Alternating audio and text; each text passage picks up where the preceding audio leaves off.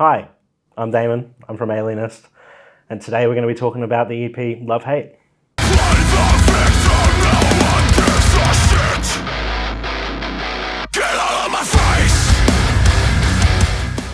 Godless. I mean musically, with Godless and with all the tracks in the EP, we wanted to go for a different sort of style. We knew that we had our own unique sound, but we were missing a modern twist. So when it came to the music, we wanted to add some more synths. We went to a new producer. We recorded every instrument differently. We made new tones. We did all that sort of stuff. And we wanted to sort of focus on punchy riffs, but we also wanted to make sure that the choruses were poppier and everything was a little bit tighter and a little bit more produced and a little bit more modern. Lyrically, when it comes to Godless, it explores my love-hate relationship with religion. I grew up in a reasonably religious household. I did go to church and I did scripture and, I went to youth group and all that sort of stuff as I was growing up, and I was a baptized Catholic. And as things happened to me in my life and I had personal struggles and I saw people in my life having personal struggles, I guess I found it hard to understand how a God can exist when things can happen that are bad to people. And this song sort of explores, it comes from a perspective of when I was quite angry and essentially saying that we're godless, and how can we have a God when the world can be such a cruel place. And yeah, that's Godless. Second track, Distorted Reflections. Distorted Reflections is a complete analysis of a broken mental state. It explores, basically coming from a completely broken place where you feel like you can't get out and that you're stuck in a nightmare. It explores lots of themes of mental health and the struggles that a lot of people with mental health issues can have.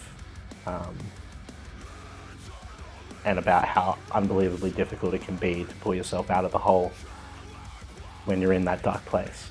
I guess it was cathartic to me because obviously I've been in those dark places and members of the band have been in those places, and it was cathartic for us to have a song that directly represents how it feels to be completely buried in that dark place. And how it can feel when you're trying to drag yourself out of it. Absent, lyrically, is a very personal song to me, but it explores the breakdown of a relationship. It explores what it can be like when you're in a relationship that just isn't working anymore. What it can feel like to be angry, and what it can feel like to have specific feelings towards your partner when things aren't going so well.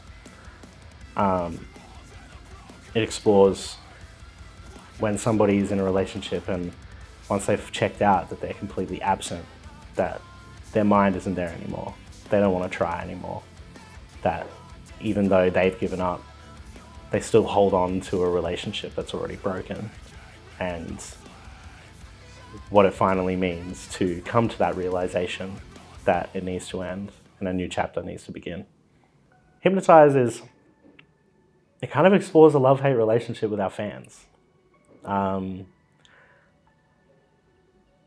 It goes into, it explores being in a rough mental state, and every single one of us in the band have struggled with mental health issues or multiple different issues like that. We've had a lot of personal struggles, every single one of us, but it also explores how much our fans have kind of saved us, how much having an audience has given us a sense of purpose and made us feel fulfilled in a life and in a world where sometimes that's hard to find.